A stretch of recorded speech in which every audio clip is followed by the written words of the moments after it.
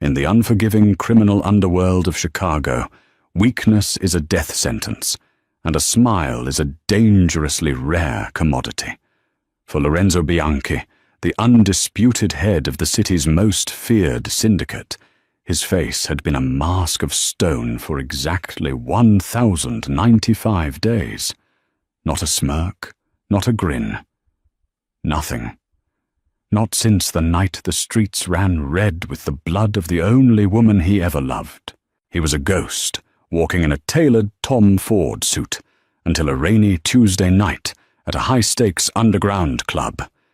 He heard a voice, a haunting melody, and then the impossible happened. The devil smiled. Stick around, because this isn't your typical fairy tale. It's a true-to-life story of blood, betrayal, and a song that changed the Mafia forever. To understand the gravity of a single smile, you must first understand the man who forgot how to make one. Lorenzo Bianchi was not a caricature of a mobster.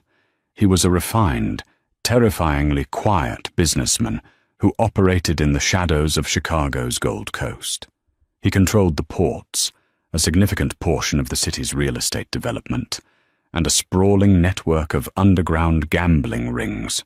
3 years ago, Lorenzo had been a different man. He was ruthless, yes, but he possessed a vibrant, dark charisma. That was when he was engaged to Sophia Romano. Sophia wasn't in the life. She was a civilian, an architect who had somehow bypassed Lorenzo's ironclad defenses.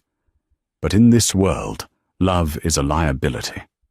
On a humid night in July, a rival faction, the formidable Navarro cartel out of Miami, decided to send a message. The car bomb was meant for Lorenzo.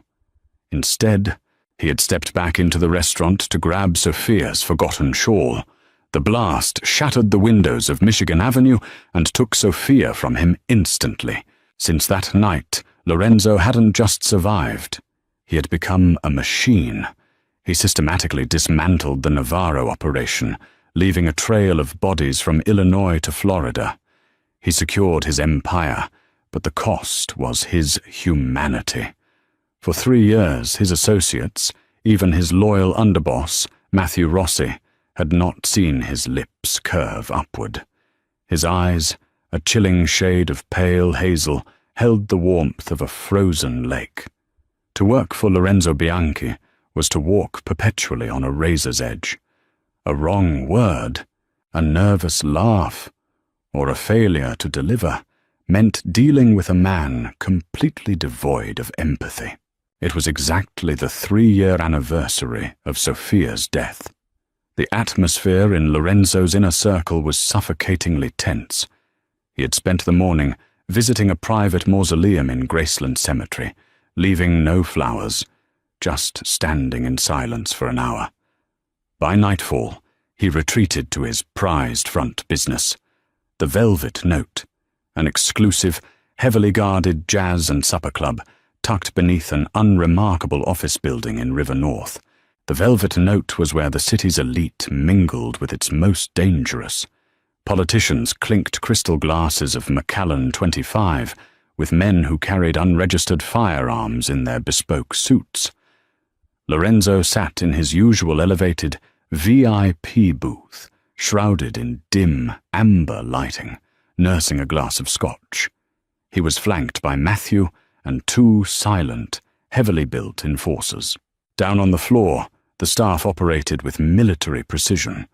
Dropping a tray tonight wouldn't just result in a reprimand. It could mean vanishing entirely. The club manager, a high-strung man named Philip Hastings, was sweating profusely. He knew what day it was. He knew the boss was in a dark, volatile mood.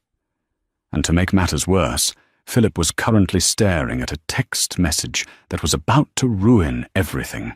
The headline act, a renowned jazz vocalist imported from New York for the week, had just been involved in a multi-car pileup on the Kennedy Expressway.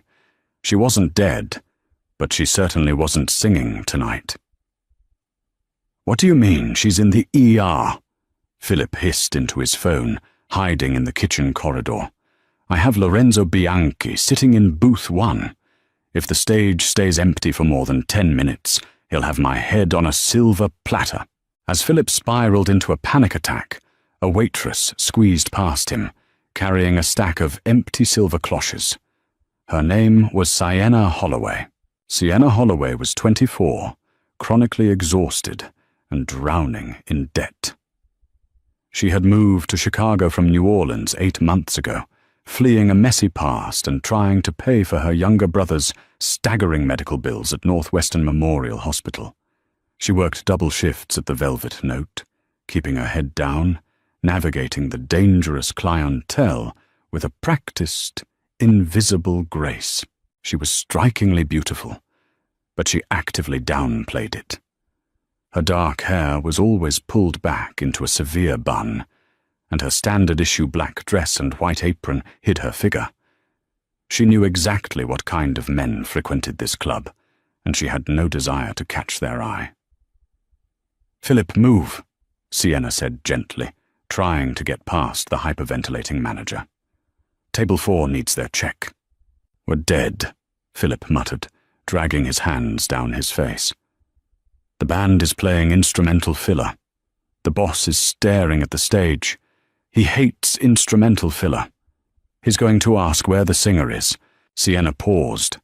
She looked through the porthole window of the kitchen door. The lighting was low, the air thick with expensive cigar smoke.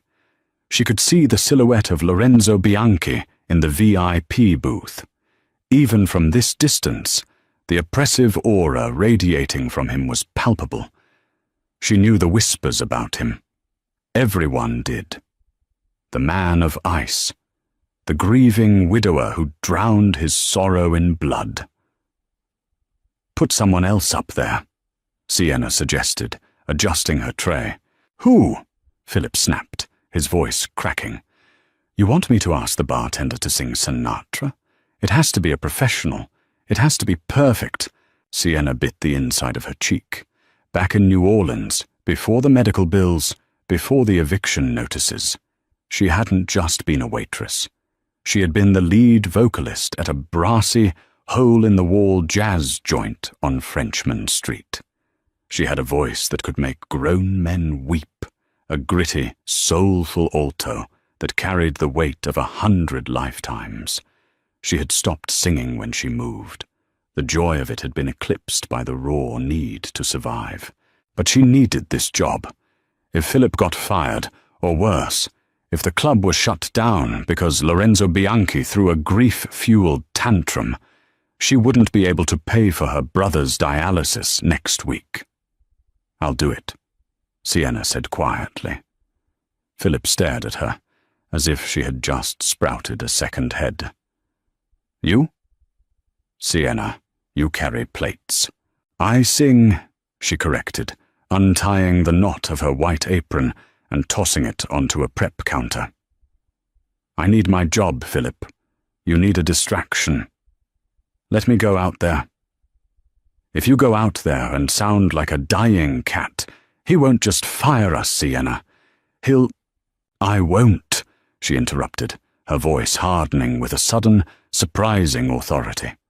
She reached up, pulled the pins from her hair, and let the dark, heavy waves cascade down her shoulders. She smoothed out the black dress. "Tell the band to give me an E-flat minor, and tell them to follow my lead." Before Philip could protest further, Sienna pushed through the swinging doors and walked out onto the floor. The ambient noise of the club was a low, steady hum of clinking glass and hushed, dangerous conversations. The jazz trio on stage was awkwardly looping a basic progression, looking terrified. Sienna walked up the side stairs, stepping into the spotlight. In the VIP booth, Matthew noticed her first. He leaned over to Lorenzo. "Boss, looks like the new act is stepping up. Odd, she looks like one of the wait staff." Lorenzo didn't immediately look up. He was staring at the amber liquid in his glass, trapped in the memory of a car exploding 3 years ago. The silence, the music, It all felt like white noise against the screaming in his head. On stage, Sienna approached the vintage microphone stand. She wrapped her hands around the cold metal. She didn't look at the crowd. She looked directly up at the dimly lit VIP booth. She took a slow, deep breath, nodded to the pianist, and began. She didn't choose a standard, upbeat lounge song. She chose I Put a Spell on You, but stripped it down to a haunting, agonizingly slow tempo. The moment the first note left her lips, the entire club seemed to freeze. It wasn't just that she had a good voice. It was the raw, unadulterated pain pouring out of her. It was a voice drenched in whiskey and heartbreak. The sultry, raspy tone cut through the smoke-filled air like a physical blade. The wealthy patrons stopped their conversations. The waitstaff paused with trays in hand. Up in the booth, Lorenzo's hand froze around his glass. The sound hit him in the chest with the force of a physical blow. Slowly, agonizingly, he lifted his head. His cold, hazel eyes locked onto the stage. He saw a girl in a simple black dress, her eyes closed, pouring her soul into the microphone. There was no theatrical performance, no cheap cabaret dancing, just pure distilled emotion. The way her voice cracked on the higher notes, the way she dragged out the phrasing. It resonated with the darkest, most broken parts of Lorenzo's soul. It was as if she was singing the exact frequency of his grief. As she hit the final, lingering note, letting it echo through the absolute dead silence of the room, she opened her eyes. They met Lorenzo's across the distance. For 3 years, Lorenzo Bianchi had felt nothing but a cold, heavy void. But in that split second, a crack formed in the ice, a feeling he couldn't quite identify. Admiration, shock, or perhaps the faintest spark of life bubbled up. Matthew, sitting next to him, stopped breathing. He watched in stunned, terrified disbelief as Lorenzo's rigid jaw relaxed. The corners of Lorenzo's mouth twitched, and then, bathed in the dim amber light of the club, Lorenzo Bianchi smiled. It was a small, quiet, genuine smile. The entire club, which had been holding its collective breath, noticed. The shift in the room's atmospheric pressure was instantaneous. The devil had smiled. The applause that followed was deafening, fueled entirely by the relief of the patrons who saw the boss's reaction. Sienna gave a small, polite bow, her heart hammering against her ribs. She felt lightheaded, the adrenaline crashing through her veins. She stepped off the stage, intending to head straight to the kitchen to retrieve her apron and hide. Before her foot hit the bottom step, a massive figure materialized in her path. It was one of Lorenzo's enforcers, a wall of a man in a dark suit. "Mr. Bianchi would like a word," the man rumbled, gesturing toward the VIP staircase. It wasn't a request. Sienna swallowed hard. Her hands were shaking slightly, but she forced her spine stiff. "Lead the way." As she ascended the carpeted stairs to the elevated booth, the noise of the club faded, replaced by an oppressive silence. The VIP area was a fortress of plush velvet leather and polished mahogany. Matthew stood up as she approached, his eyes darting nervously between her and his boss. Lorenzo remained seated. He didn't say a word for a long, agonizing minute. He just studied her. Up close, Sienna realized just how terrifyingly handsome he was. The sharp angles of his face, the impeccably styled dark hair, and those pale, calculating eyes that seemed to dissect her down to her very marrow. "What is your name?" Lorenzo finally asked. His voice was a low, gravelly baritone that vibrated in the air between them. "Sienna," she replied, keeping her voice steady. "Sienna Holloway." You pour drinks for my patron, Sienna Holloway, he noted, gesturing lazily to the floor below. Yet you sing like you've lived a dozen tragic lives. Why are you hiding in a waitress uniform? I'm not hiding, Mr. Bianchi, Sienna said, lifting her chin. I'm working. The scheduled singer didn't show. Philip needed someone to fill the dead air. I volunteered. Lorenzo leaned forward, resting his elbows on his knees, his eyes never leaving hers. The smile was gone, replaced by a sharp, intense curiosity. That wasn't dead air you were filling. You commanded the room. You commanded me. Matthew shifted uncomfortably. Lorenzo had never spoken to anyone like this. Not in 3 years.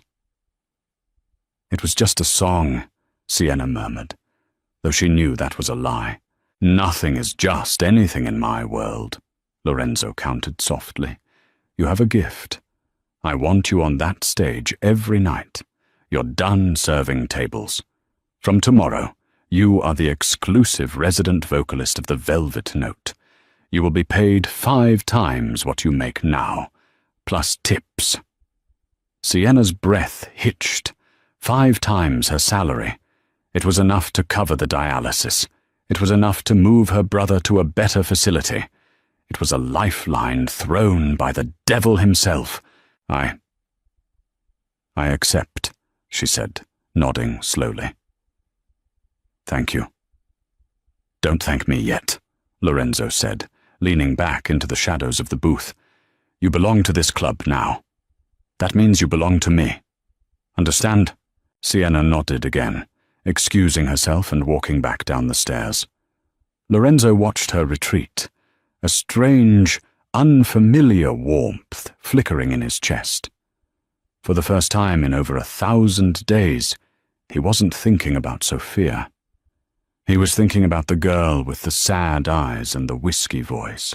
But as Sienna pushed back through the kitchen doors, out of sight of the VIP booth, her terrified demeanor instantly vanished. Her posture straightened, and the vulnerability in her eyes evaporated, replaced by a cold, calculating steel. She walked into the employee locker room, ensuring she was alone. She pulled a burner phone from the bottom of her bag and dialed a number with a Miami area code. The line clicked open. It's done, Sienna whispered into the receiver. I'm in. Did he suspect anything? A raspy voice on the other end replied. No, Sienna said, a dark, victorious smirk playing on her lips. He didn't just buy it. He smiled. The monster actually smiled. Good work, Isabella, the voice replied, using her real name. 3 years ago, he took out the Navarro cartel and thought he killed Sophia's true allegiance. He thinks he won. Gain his trust. Make him fall for you. And when he's completely vulnerable, we tear his empire down from the inside. Sienna hung up the phone, looking at her reflection in the locker room mirror. Lorenzo Bianchi thought an angel had just saved his night. He had no idea he had just invited the architect of his destruction directly into his inner sanctum. The real game had just begun. Over the next month, the Velvet Note transformed from a prestigious underground club into a shrine, and Sienna Holloway was its reluctant deity. The transition was dizzying. Lorenzo Bianchi didn't just give her a residency. He curated her entire existence. Her cramped, mold-scented apartment in Pilsen was replaced by a sprawling, light-filled loft in the Gold Coast, paid for in full under a dummy corporation. Her wardrobe of thrift store dresses was discarded, replaced by racks of custom-tailored silk gowns, vintage Chanel, and genuine Cartier jewelry delivered by silent men in dark suits. Lorenzo's justification was simple. The voice of my club cannot look like a charity case. To the outside world, she was the ultimate Cinderella story. To the criminal underworld, she was the boss's untouchable new obsession. but to the Navarro cartel operating in the humid shadows of Miami, she was Isabella, the perfect weapon, finally slipped past the dragon's teeth. Every night she sang. She poured fabricated heartbreak into the microphone, her sultry alto wrapping around the room like smoke. And every night Lorenzo sat in booth 1, watching her with those pale, calculating hazel eyes. He was a man thawing from a 3-year winter, and Isabella was the fire. But the closer she got to the flames, the more she realized that the monster she had been trained to destroy didn't match the man sitting in the booth. "You missed the drop," the raspy voice of Don Alejandro crackled through her encrypted burner phone one rainy Tuesday afternoon. Isabella was pacing the hardwood floors of her luxury loft, staring out at the grey, churning waters of Lake Michigan. "I couldn't get to the secondary servers," Isabella whispered, keeping her voice low despite being alone. "Lorenzo's underboss Matthew is always watching. He doesn't trust me. He ran a background check on Sienna Holloway yesterday." "And?"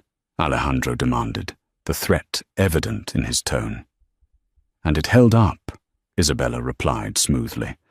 "The forged medical records for my non-existent brother, the fake New Orleans history. It's solid. But Matthew has instincts. If I push too hard for the shipping manifests at the port, he'll flag me. I need more time to get Lorenzo entirely isolated." "You don't have time, Isabella," Alejandro snarled. "The Bianchi Syndicate is moving 3 tons of product through the Navy Pier shipments next week. We need the exact coordinates and container numbers. You make him fall for you, and you extract that data. Remember what he did to Sophia. Remember who you are fighting for. Sophia." The name was a phantom limb. Isabella had been trained by Sophia's surviving loyalists. She had been fed the story of the innocent architect, slaughtered by Lorenzo's enemies, a tragedy Lorenzo used to consolidate his own tyrannical power. "I'll get it," Isabella promised, hanging up the phone and hiding it beneath the false bottom of her jewelry box. That evening, the routine shattered. When Isabella finished her set, the massive enforcer, Dante, didn't point her toward her luxurious new dressing room. He pointed her toward the private elevator. "Mr. Bianchi wants you to join him for dinner," Dante grunted. Isabella's stomach tightened. This was the opening she needed, but her pulse hammered with genuine, unscripted anxiety. The private elevator opened not to a restaurant, but to the roof of the building, where a sleek, black helicopter was waiting, its rotors slicing through the damp Chicago air. Lorenzo stood by the open door, wearing a charcoal Tom Ford suit, the wind whipping his dark hair. He offered his hand. "Where are we going?" Isabella asked, shouting over the engine roar as she took his hand. His grip was warm, firm, and calloused from years of handling firearms. "I decided the club's menu was becoming monotonous," Lorenzo said, pulling her inside. "I made a reservation at Alinea." Isabella blinked in shock. Alinea was a 3-Michelin-star fortress of culinary perfection in Lincoln Park. You didn't just make a reservation on a whim, unless you were Lorenzo Bianchi. The dinner was a masterclass in psychological warfare. They sat in a private dining room, surrounded by avant-garde dishes that looked more like modern art than food. Lorenzo poured her a glass of Barolo that cost more than her fake brother's medical bills. "You've been tense, Sienna," Lorenzo observed, cutting into a delicate piece of Wagyu beef. "Your voice was tight tonight during Cry Me a River." "What's bothering you?" Isabella forced a small, self-deprecating smile. "Just overwhelmed, Mr. Bianchi. 3 weeks ago, I was dodging eviction notices. Now I'm flying in helicopters and wearing diamonds that cost more than a house. It's a heavy crown." "Drop the Mr. Bianchi," he said softly, leaning back. "It's Lorenzo." Lorenzo. She tested the name on her tongue. It felt dangerous. People look at this life and see only the gold, Lorenzo murmured, swirling his wine. His hazel eyes locked onto hers, stripping away her defenses. They don't see the cage. When you have power, true power, you stop living in the world. The world starts living around you. You can't trust a smile, because it's usually bought. You can't trust a tear, because it's usually a manipulation. Isabella felt a cold sweat prickle at the base of her neck. Did he know? But your voice, Lorenzo continued, his gaze softening marginally. Your voice is the only honest thing I've heard in 3 years. When you sing, you aren't asking me for anything. You're just bleeding. And I respect a beautiful bleed. Isabella swallowed hard. She was supposed to manipulate him, to find the cracks in his armor. But sitting across from him, she didn't see the butcher of the Chicago underworld. She saw a profoundly isolated man carrying a grief so immense it was crushing him. You lost someone, Isabella guessed softly, playing the empathetic civilian. That's why you didn't smile for so long. Lorenzo's jaw tightened. The temperature in the room seemed to drop 10 degrees. I lost my fiancée, Sophia, 3 years ago. A bomb meant for me. I'm sorry, she whispered, and to her absolute horror, she realized the sympathy in her chest was genuine. Don't be, Lorenzo said, his voice turning to steel. The men who did it are dead. Their families are dead. The earth where their homes stood is salted.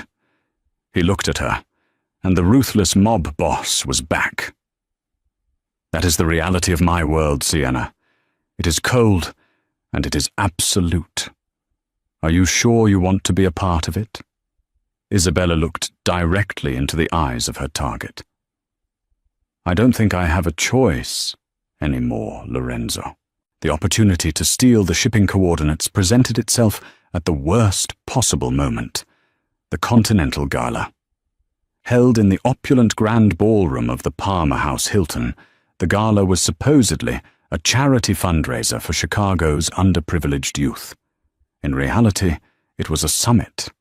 The heads of the 5 families of the Midwest were gathering to discuss territories, settle blood feuds, and launder millions of dollars through silent auctions.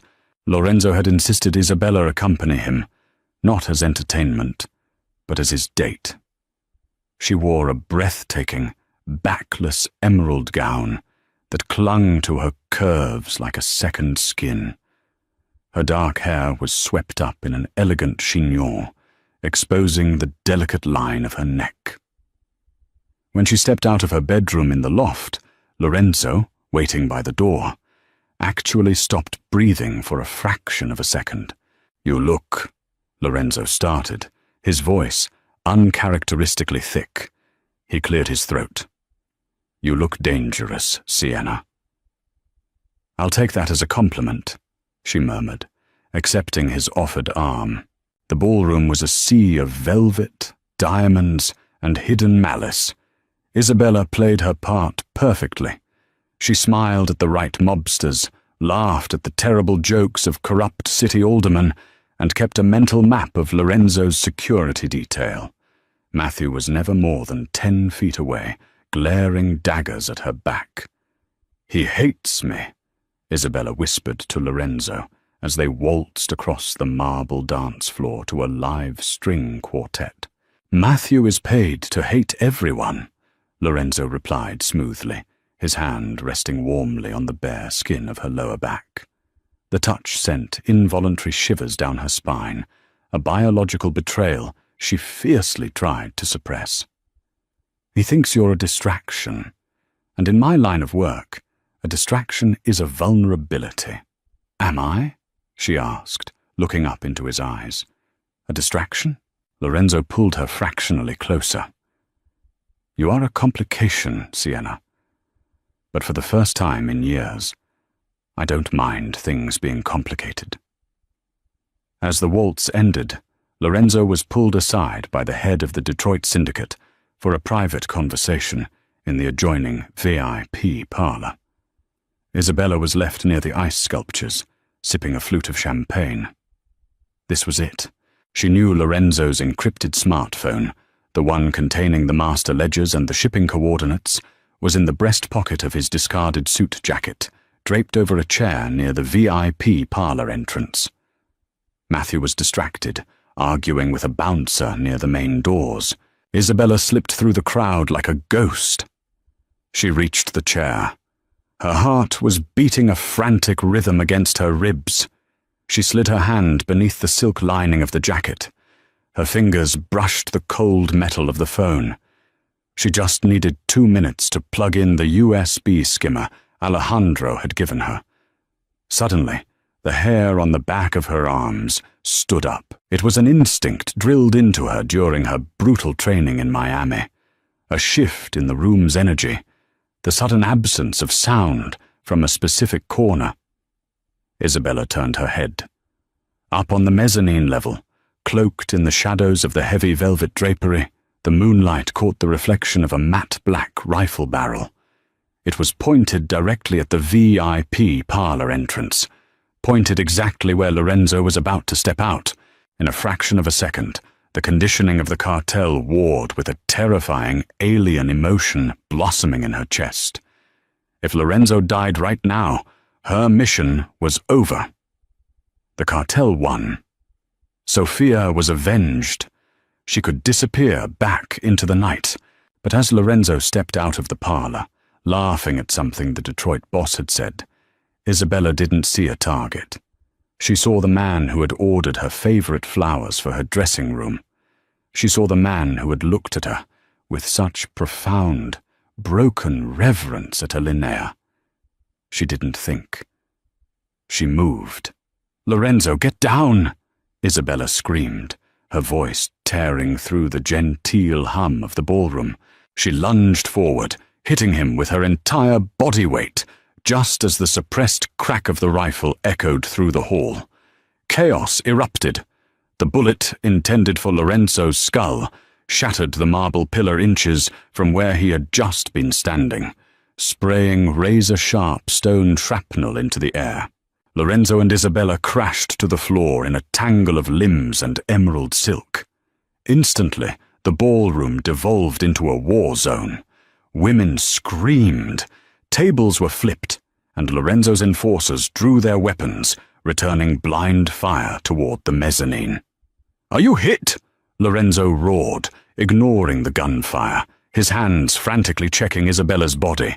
His eyes were wide, panicked, a stark contrast to the icy Mafia boss he portrayed. I'm fine," Isabella gasped, though a sharp, burning pain was beginning to radiate from her upper arm, where a piece of stone shrapnel had sliced through the skin. Matthew materialized above them, firing 2 shots into the ceiling. "Boss, we have to move, now!" Lorenzo hauled Isabella to her feet, throwing his body over hers as a human shield. They sprinted through the kitchen corridors, the sounds of shouting and gunfire fading as they breached the underground parking garage. Dante had the armored SUV running. Lorenzo shoved Isabella into the back seat and dove in after her. "Drive," he barked. The SUV peeled out into the rainy Chicago night, tires screaming against the wet asphalt. Inside the car, the silence was deafening, broken only by Isabella's ragged breathing. Lorenzo turned to her. He saw the blood staining the emerald silk of her dress. His face darkened into an expression of absolute, terrifying fury. He ripped his silk tie from his neck and quickly tied it around her bicep as a makeshift tourniquet. "You saved my life," Lorenzo stated, his voice a low, vibrating growl of disbelief. "You saw the shooter, and you stepped into the line of fire for me." "Why?" Isabella looked at him, her carefully constructed lies completely unraveling in the face of adrenaline and blood loss. She had ruined the mission. She had betrayed her cartel. and she had no idea how to answer him, because the truth was a death sentence for them both. "I don't know," she whispered, a single tear escaping her eye. "I just couldn't let you die." Lorenzo stared at her for a long, agonizing moment.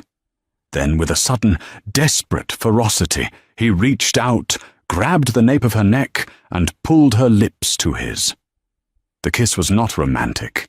It was a violent collision of survival, adrenaline, and repressed desire. It tasted like expensive champagne, copper blood, and pure desperation. Lorenzo kissed her as if he was trying to breathe her soul into his own lungs, his hands gripping her waist with bruising force. Isabella kissed him back with equal ferocity, surrendering entirely to the madness. Every warning bell in her head was screaming, but the roaring in her ears drowned them out. The SUV screeched to a halt in the secure underground bunker beneath Lorenzo's private penthouse on Lakeshore Drive. The estate was a fortress, heavily guarded by heavily armed men who looked on edge. Lorenzo didn't let anyone else touch her. He carried her out of the vehicle and into the private elevator, his jaw set in a rigid line. Inside the penthouse, the city of Chicago sprawled out beneath them, a glittering grid of lights against the black water of the lake. Lorenzo bypassed the lavish living room and carried her straight into his massive master bathroom, setting her gently on the edge of the marble vanity. He didn't call his private doctor. He retrieved a sleek black medical kit from the wall. "This is going to sting," he muttered, his voice hoarse. Isabella sat silently as he carefully cut away the bloody fabric of her sleeve. He cleaned the deep graze on her arm with antiseptic, his touch surprisingly gentle for a man who ordered executions before breakfast. "Who were they?" Isabella asked, wincing slightly as he applied a butterfly bandage. "Russian bratva out of the south side," Lorenzo replied, his eyes dark. "They've been getting bold. Someone is funding them, giving them intel. Someone with deep pockets." Isabella's stomach plummeted. The Navarro cartel. Alejandro had hired the Russians to do the dirty work, while Isabella played the inside game. She was effectively sleeping with the enemy of her own employer. "You should have let Matthew handle it," Lorenzo said softly, looking up from her arm, his eyes locking onto hers. "You are a civilian, Sienna. You don't take bullets for me. Never again. Do you understand?" "I couldn't just watch," she whispered. Lorenzo reached up, tracing the line of her jaw with a blood-stained thumb. "I spent 3 years wishing I had died in that blast with Sophia. I prayed for a bullet. And tonight, when I saw that laser, I didn't care about my life. I cared that you were standing too close to me." He leaned in, capturing her lips again. This time the kiss was slower, agonizingly tender, and devastatingly deep. It was a surrender. Isabella wrapped her uninjured arm around his neck, pulling him flush against her. They stumbled out of the bathroom, leaving a trail of discarded clothing across the thick Persian rugs, falling into the massive, silk-sheeted bed. For hours the war outside didn't exist. There were no cartels, no syndicates, no lies. There was only the heat of their skin, the desperate, whispered confessions in the dark, and a profound, terrifying vulnerability that bound them together. It was 4 a.m. when Isabella woke up. The penthouse was dead silent, save for the rhythmic drumming of rain against the floor-to-ceiling windows. Lorenzo was asleep beside her, one heavy arm draped protectively across her waist. In the pale moonlight, his face looked younger, the harsh lines of tension finally smoothed away. Reality crashed back into Isabella like a freight train. She had compromised everything, but she was still trapped. If she didn't deliver the shipping coordinates to Alejandro by morning, The cartel would kill her fake brother, who was actually a kidnapped civilian being held hostage to ensure her compliance. She had to finish the job, even if it destroyed her.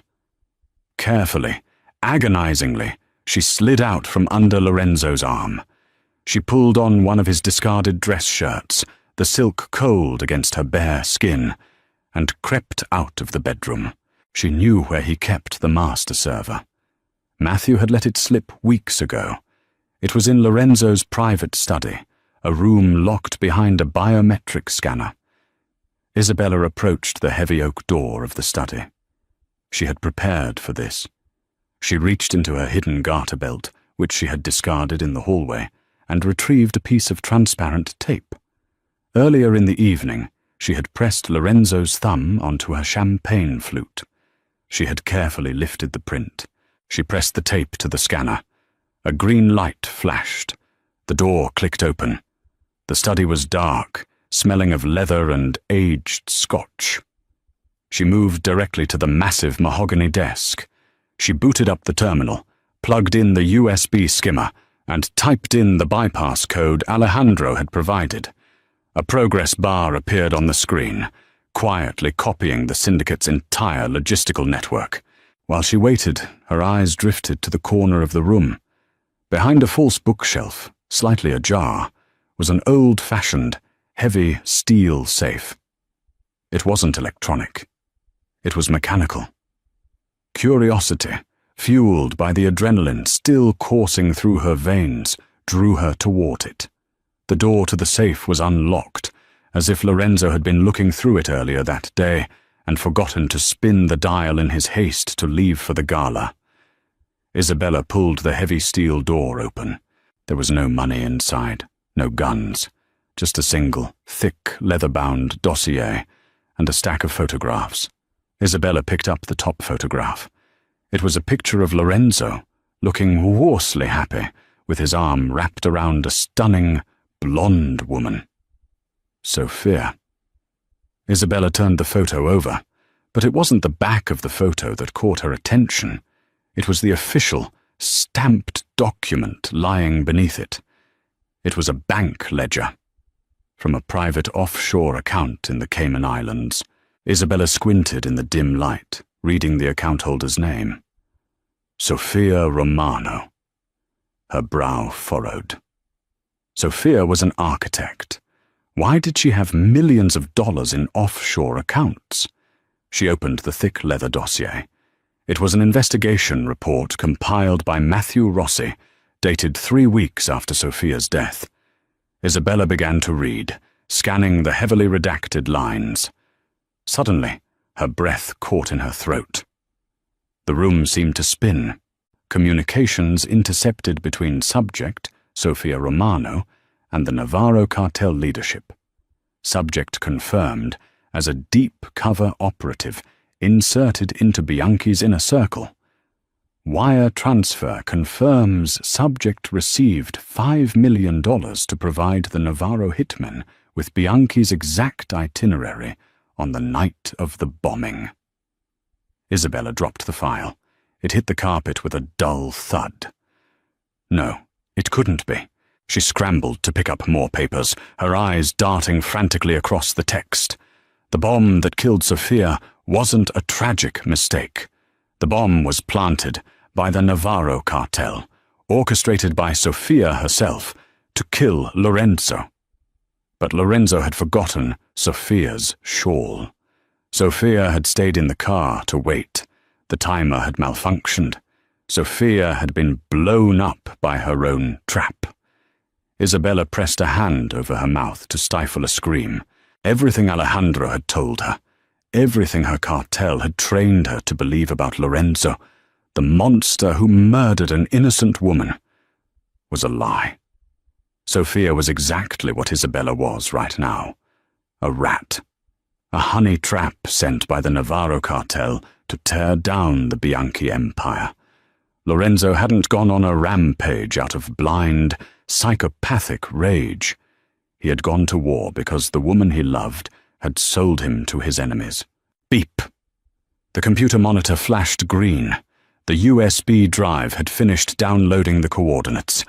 The tool meant to orchestrate Lorenzo's final downfall was ready.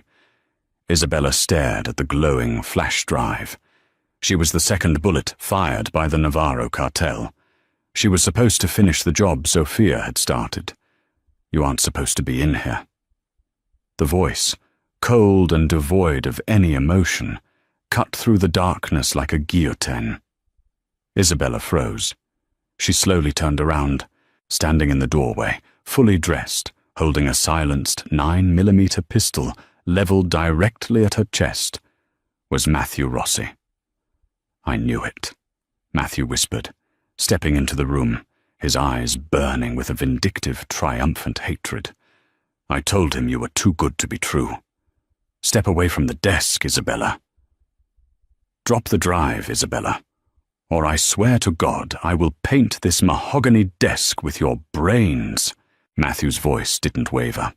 His grip on the suppressed 9mm was absolute. He had been waiting for this moment for weeks.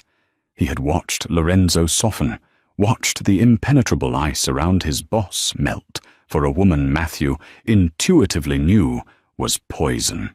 Isabella froze, her fingers hovering inches from the USB drive still protruding from the tower.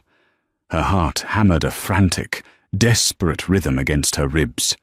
She didn't raise her hands. Instead, her eyes flicked down to the dossier scattered across the Persian rug. The damning truth about Sophia. "Matthew, you don't understand," Isabella started, her voice barely a whisper. "I didn't know. They lied to me." "Shut up!" Matthew hissed, taking a slow, predatory step forward. "I cloned your burner phone 3 days ago. I've been listening to your little check-ins with Alejandro in Miami. You think you're the first rat the Navarro cartel tried to slip into our house? You're just the first one who managed to get into his bed." The words struck Isabella like physical blows. Matthew knew everything. "What is going on here?" The voice from the doorway was quiet, but it carried the concussive force of an earthquake. Both Isabella and Matthew whipped their heads toward the hall. Lorenzo stood there. He was barefoot, wearing only a pair of dark suit trousers, his chest bare and bearing the faint, silver scars of a violently lived life. His hazel eyes darted from Matthew's leveled gun to the glowing computer monitor, displaying the completed download of his syndicate's logistics to the open mechanical safe. Finally, his gaze landed on Isabella. She was still wearing his oversized silk dress shirt, shivering in the cold, ambient light of the monitors. For 3 years, Lorenzo had built a fortress around his heart, constructed from grief, paranoia, and relentless violence. Tonight, he had lowered the drawbridge. He had let her in. And in return, he was standing in the exact same nightmare that had destroyed him 3 years ago. The silence that stretched between the three of them was suffocating. Isabella watched, utterly paralyzed, as the warmth in Lorenzo's eyes, the vulnerability she had kissed only hours ago, extinguished. The ice returned, thicker and darker than before. The monster was back. "Boss," Matthew said, his eyes never leaving Isabella. "She's Navarro. She's been pulling the shipping logs. She was supposed to feed Alejandro the Navy pier coordinates tonight." Lorenzo didn't blink. He walked slowly into the room, his footsteps completely silent on the thick rug. He stopped a few feet from Isabella. "Is it true?" Lorenzo asked. His voice was completely hollow. It was the voice of a man who had already decided to order an execution. Isabella looked up at him, tears finally spilling hot and fast down her cheeks. "Yes, my real name is Isabella. They trained me. They sent me to finish what the bomb started." Lorenzo's jaw clenched so hard, a muscle ticked visibly in his cheek. He looked down at the floor, noticing the scattered papers. He recognized Matthew's handwriting on the old investigation file. He realized she had opened the safe. She had read about Sophia. "So you know," Lorenzo murmured, a bitter, self-deprecating smirk twisting his lips. "You know you aren't the first whore Alejandro sent to pretend she loved me." "I am not her!" Isabella screamed, the raw desperation in her voice echoing off the walls. She lunged forward, ignoring Matthew's gun, and grabbed the lapels of Lorenzo's imaginary jacket, her fists bunching against his bare chest. Matthew shouted a warning, stepping closer, but Lorenzo held up a hand, stopping his underboss in his tracks. "They told me you were a butcher," Isabella sobbed, looking frantically into Lorenzo's dead eyes. "They told me you killed Sophia because she tried to leave you. They have my brother, Lorenzo. He's not sick in a hospital. Alejandro is holding him in a cage in a warehouse in Hialeah. If I didn't get these coordinates, they were going to put a bullet in his head." Lorenzo stared down at her, his expression unreadable. "And now you have the coordinates. You have the bullet to kill my empire. So take the drive, Isabella. Walk out. Save your brother." "No," she wept, shaking her head violently. She let go of him, reached over to the computer tower, yanked the USB drive out, and threw it onto the floor. With a sharp stomp of her bare heel, she crushed the plastic casing, shattering the drive into pieces. Matthew flinched, his gun wavering. "I saved your life at the gala because I couldn't let you die," Isabella said, her voice dropping to a fierce, broken whisper. "I fell in love with you. I read the file, Lorenzo. I know what Sophia did. I know you've been living with the guilt of surviving a woman who tried to murder you. I am not her. I am a hostage of the same cartel that ruined your life." Lorenzo looked at the crushed pieces of the USB drive. He looked at the tears streaming down her face. In his world, words meant nothing. Blood meant everything. She had just destroyed her only leverage to save her brother's life. "Matthew," Lorenzo said softly, without looking away from Isabella. "Put the gun down." "Boss, you can't be serious." "I said put the gun down," Lorenzo roared, a sudden, terrifying explosion of volume that shook the heavy oak furniture. Matthew lowered the weapon, his face a mask of furious disbelief. Lorenzo reached out, his large hands cupping Isabella's tear-stained face. His thumbs brushed away the moisture. "If you are lying to me," he whispered, his forehead resting against hers, "I won't just kill you. I will make you beg for the devil to take you. Do you understand?" "I'm not lying," she breathed, closing her eyes.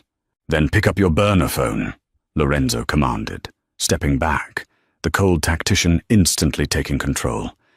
"We are going to call Alejandro, and we are going to invite him to Chicago." The plan was forged in the dark hours before dawn. Lorenzo Bianchi did not survive the underworld by playing defense. He was a master of the counter-ambush. If Alejandro wanted a war, Lorenzo was going to deliver the apocalypse. Isabella retrieved the burner phone. Her hands shook as she dialed the Miami area code. Lorenzo stood right beside her, close enough that she could feel the heat radiating from him. Matthew stood by the door, still visibly rigid with distrust. The line clicked open. "Do you have it?" Alejandro's raspy voice demanded instantly. Isabella took a deep breath, channeling the cold, professional persona she had spent months perfecting. "I have it." It was difficult. The gala was attacked by a Russian crew. "I know." Alejandro chuckled darkly. "I paid them to create a distraction. It seems they failed to take Bianchi out, but as long as you got the shipping routes, it doesn't matter." What are the coordinates? Navy Pier is a decoy. Isabella lied smoothly, reading from the script Lorenzo had just written on a notepad. The actual drop is happening tomorrow night. Midnight. An abandoned steel mill on the Calumet River. South Daring. The product is coming in on barges, not freighters. There was a long pause on the other end of the line. Isabella held her breath. If Alejandro suspected she had flipped, her brother was dead. South Daring, Alejandro finally mused. Smart, isolated, how heavily guarded. Light, she replied. Lorenzo is pulling his men back to the Gold Coast to reinforce his penthouses after the gala shooting. He's paranoid. He thinks the Russians are going to strike his home. The mill will only have a skeleton crew.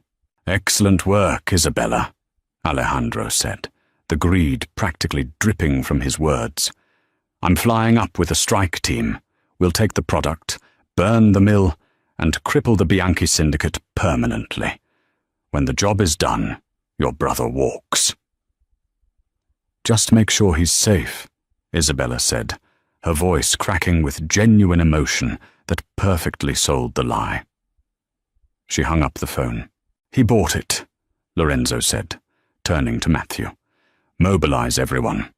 I want 50 men at the South Daring mill by sundown. Suppressed rifles, heavy body armor. We set up crossfire perimeters in the catwalks. When Alejandro steps into the loading bay, we lock the gates behind him. Nobody from Miami leaves that building alive. What about the girl's brother in Hialeah? Matthew asked gruffly, though his tone had shifted from hostile to purely tactical.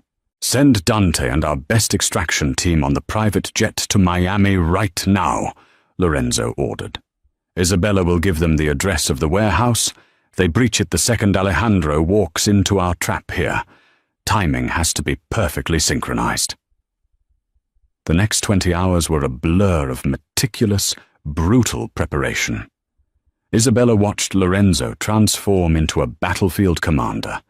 There was no hesitation, no remorse. He was the undisputed king of Chicago, defending his throne. At 10 p.m., a convoy of black SUVs left the Gold Coast. Isabella sat in the back of the lead vehicle next to Lorenzo. She was dressed in black tactical gear, her dark hair pulled tightly back. Lorenzo had given her a compact Sig Sauer P365 and demanded she stay in the armored command vehicle parked 2 blocks from the mill. I'm going in with you, Isabella insisted, as the convoy approached the rusted, monolithic skeleton of the abandoned steel mill. No, you aren't, Lorenzo replied sharply, checking the magazine of his customized rifle. Alejandro thinks you're back at my penthouse. If he sees you, he'll know it's a trap before he's fully in the kill zone.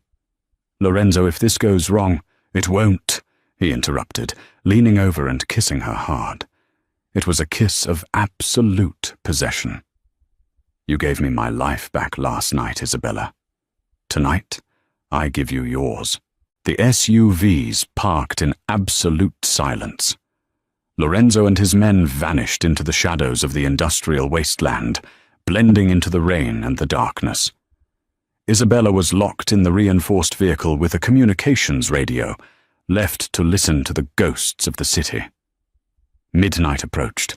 The tension over the radio frequencies was so thick it felt like physical pressure. Target approaching from the South Road. A sniper's voice crackled over the radio. 3 unlit vans. Heavy. Isabella held her breath. Let them enter the loading bay. Hold fire until my mark, Lorenzo's voice commanded, cool and detached.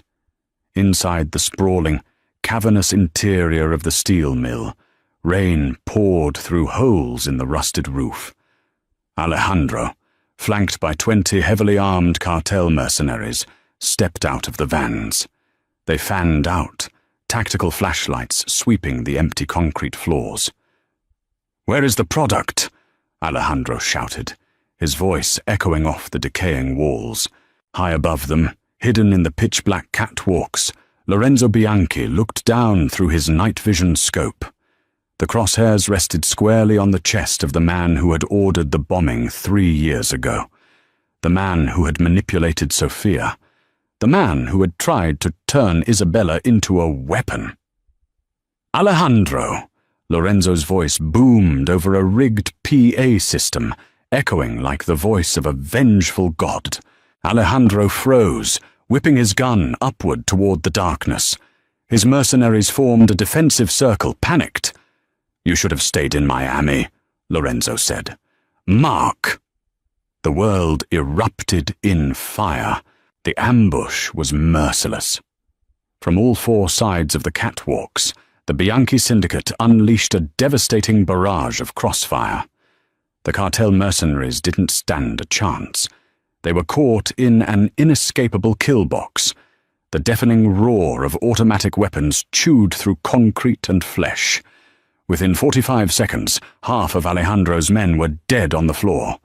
"Fall back, to the vans!" Alejandro screamed, bleeding from a graze on his cheek, returning blind fire into the darkness. But the massive steel blast doors behind the vans suddenly slammed shut, triggered by explosives Lorenzo's men had rigged earlier. There was no escape. In the command vehicle 2 blocks away, Isabella listened to the chaotic gunfire echoing through the night. She squeezed her eyes shut, praying to a god she hadn't spoken to since she left New Orleans. Suddenly, her secondary encrypted radio buzzed. "Boss, this is Dante in Miami. Target structure breached. The hostiles are down. We have the package. The brother is safe and secured." A sob of pure, overwhelming relief tore from Isabella's throat. Dante had done it. The gunfire from the steel mill abruptly ceased. An eerie, ringing silence fell over the industrial yard. Isabella couldn't sit in the car anymore. She unlocked the heavy door and sprinted into the freezing rain, running toward the loading bay doors. When Isabella slipped through a side access door into the mill, the smell of cordite, rust, and copper hit her like a physical wall. The floor was littered with the bodies of the Navarro cartel. Lorenzo's men were systematically kicking weapons away from the dead and securing the perimeter. In the center of the carnage, illuminated by a single harsh halogen work light, was Lorenzo. He stood over Alejandro. The cartel boss was on his knees, clutching a shattered femur, his weapon kicked far out of reach. He looked up at Lorenzo with a mixture of hatred and terror. Isabella stepped out of the shadows, her boots splashing softly in the puddles. Alejandro saw her. His eyes widened in realization. "You!" he spat, coughing up blood. "You flipped! You stupid, naive little bitch! You think he loves you? He's using you just like he used Sophia." Lorenzo didn't react to the provocation. He slowly holstered his rifle and drew a sleek, silver 1911 pistol from his hip. "Sophia made a choice," Lorenzo said, his voice terrifyingly calm. "She chose your money over my life. Isabella made a choice too. She chose to burn your empire to the ground." Lorenzo held out the silver pistol, offering it to Isabella. "He took your life from you," Lorenzo told her softly, his hazel eyes locking onto hers. "He kidnapped your blood. He forced you to become a ghost. This is your closure. Take it." Isabella stared at the heavy gun. She had never killed a man. She was a singer, a sister. But looking at Alejandro, the man who had subjected her brother to months of terror, the man who had forced her to lie and manipulate the only man she had ever truly loved, the hesitation vanished. She stepped forward and took the gun from Lorenzo. The metal was warm from his grip. "Your brother is dead, Isabella," Alejandro snarled, a final desperate attempt to hurt her. "My men in Hialeah had orders." "Dante just called," Isabella interrupted, her voice steady, cold and echoing with the same authority as the Mafia boss standing beside her. "My brother is safe. He's coming to Chicago, and you are staying right here." Without a flinch, Isabella raised the weapon, aimed at Alejandro's chest, and pulled the trigger twice. The loud cracks echoed off the steel ceiling. Alejandro slumped backward onto the wet concrete, lifeless. The ringing in Isabella's ears slowly faded, replaced by the steady drumming of the rain on the tin roof. She lowered the gun, her hands trembling violently as the adrenaline began to crash. She felt she might collapse, strong arms wrapped around her from behind.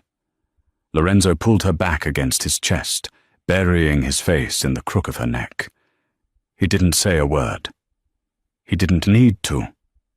He just held her, grounding her in the bloody reality they had just survived together. 1 year later. The atmosphere inside the Velvet Note was electric. The club had been renovated, expanded, and was now recognized not just as a haven for the underworld elite, but as the premier jazz destination in the Midwest. The lights dimmed to a sultry amber. The crowd hushed in immediate, respectful silence. Isabella stepped onto the stage. She wasn't wearing a severe bun or a plain black dress anymore. She wore a stunning, backless crimson gown that caught the spotlight perfectly. Her brother, looking healthy and vibrant, sat at a front-row table, clapping enthusiastically. Isabella didn't look at the crowd. She looked directly up at the elevated VIP booth. Sitting there, flanked by heavily armed guards, was Lorenzo Bianchi. He looked exactly as dangerous as he always had. But as Isabella wrapped her hands around the microphone, and the band struck the first chord of a slow, soulful blues track, something remarkable happened. Lorenzo looked down at the woman who had invaded his life, shattered his defenses, and stood by his side through the fire. He raised his glass of scotch toward her, and for the thousands of patrons below, and for the ruthless enemies who still watched from the shadows, the Devil of Chicago smiled. And this time, everyone knew it was a smile that would never fade. Wow, what a journey of blood, betrayal, and unexpected love. Lorenzo and Isabella's story proves that even in the darkest, most dangerous corners of the underworld, the truth and a powerful voice can shatter the thickest ice. If this intense mafia drama kept you on the edge of your seat, hit that like button right now. It really helps the channel grow. Don't forget to share this video with your fellow romance and suspense lovers. Who do you think was the most ruthless character? Let me know in the comments below. And if you want more gripping, high-stakes stories just like this one, make sure to smash that subscribe button and ring the notification bell so you never miss an upload. Thanks for watching, and stay tuned for the next thrilling story.